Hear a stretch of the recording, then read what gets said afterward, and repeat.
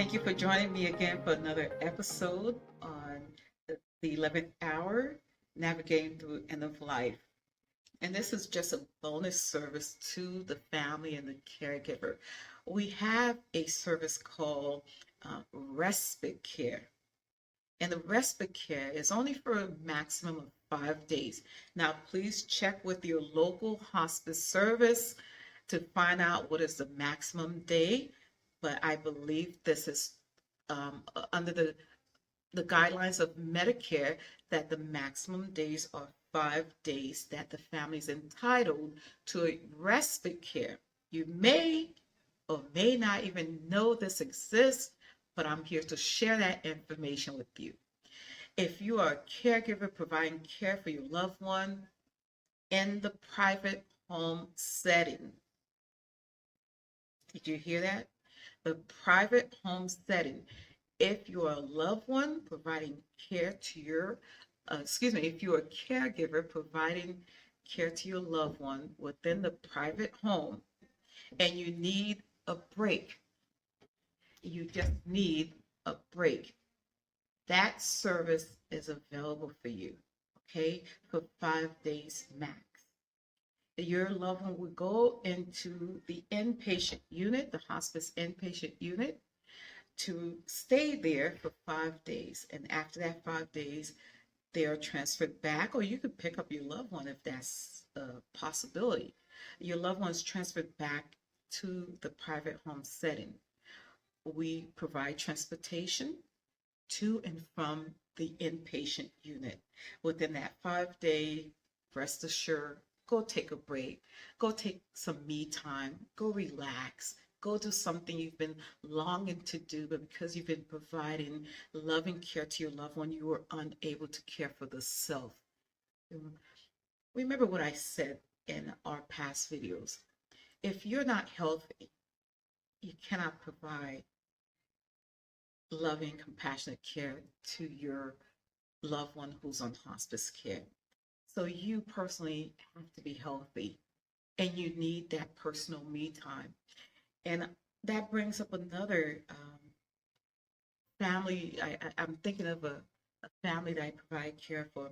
It happens quite often, but one just popped into my mind where husband and wife were caring for their loved one. It was the lady's mother. So her mom lived with her and her husband, and they were providing just incredible care for the mother.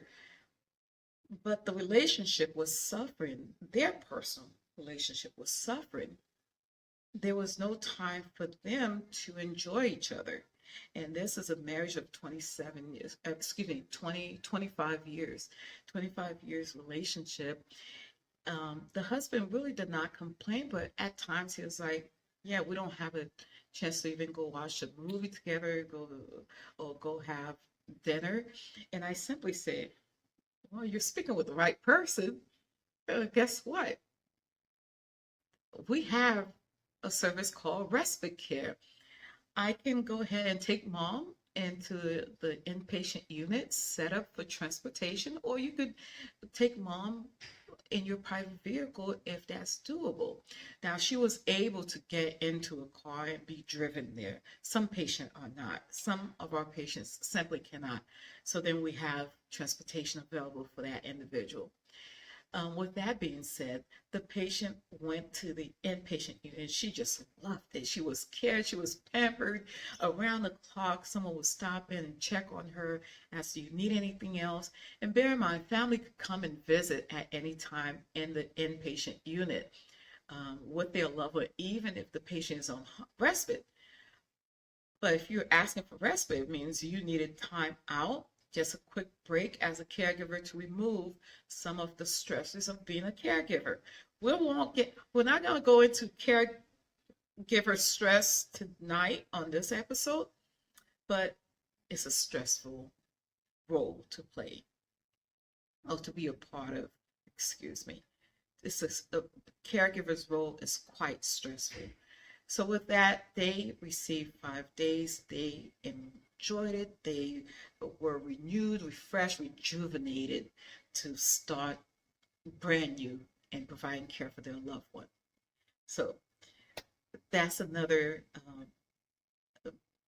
bonus to who, if you're listening, if you have a loved one on hospice care or know someone who's on hospice care who you feel could benefit from respite care, keep that in mind. There is respite care available if you're on hospice services as a caregiver.